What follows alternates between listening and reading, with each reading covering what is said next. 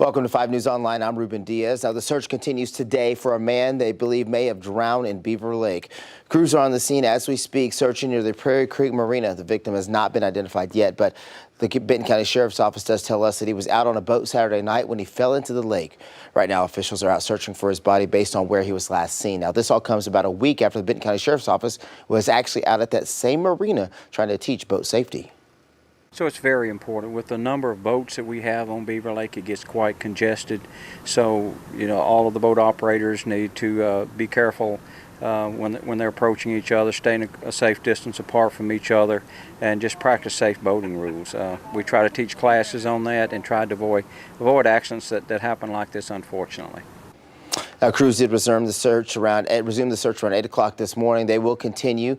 For any boaters or swimmers who are planning to head to that area, the crews are asking people to stay away from the search area because their waves could actually interfere with their search. All right, before we get to the other top stories of the day, let's check in with meteorologist Stephen Elmore for a look at today's weather. Hey, Stephen.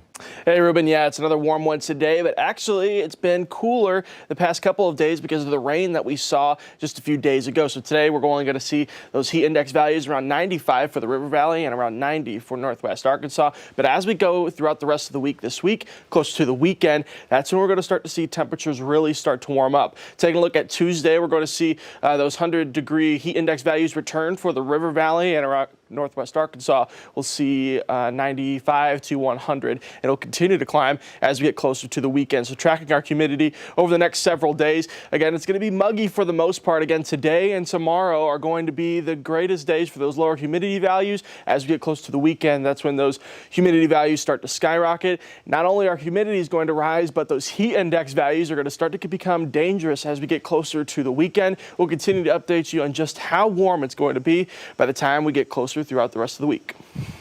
All right, thanks a lot, Stephen. Now, millions of Americans are off today in observance of Juneteenth. It's the nation's newest federal holiday. Juneteenth marks the date in 1865 when Union troops arrived in Galveston, Texas to announce that all enslaved people were free.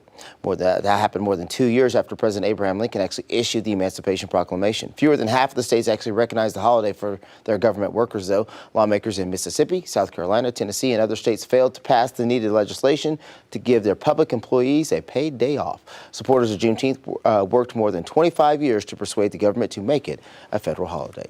And gas prices are slightly down here in Arkansas compared to last week. In fact, Gas Buddy surveyed more than 1,800 gas stations statewide, shows the average of $4.49 a gallon per day. That's actually down almost 2.5 cents over last week. All right, thank you so much for joining us here on your 5 News Online. I'm Ruben Diaz. Catch up with us again tomorrow right here for more news and weather. Have a great day.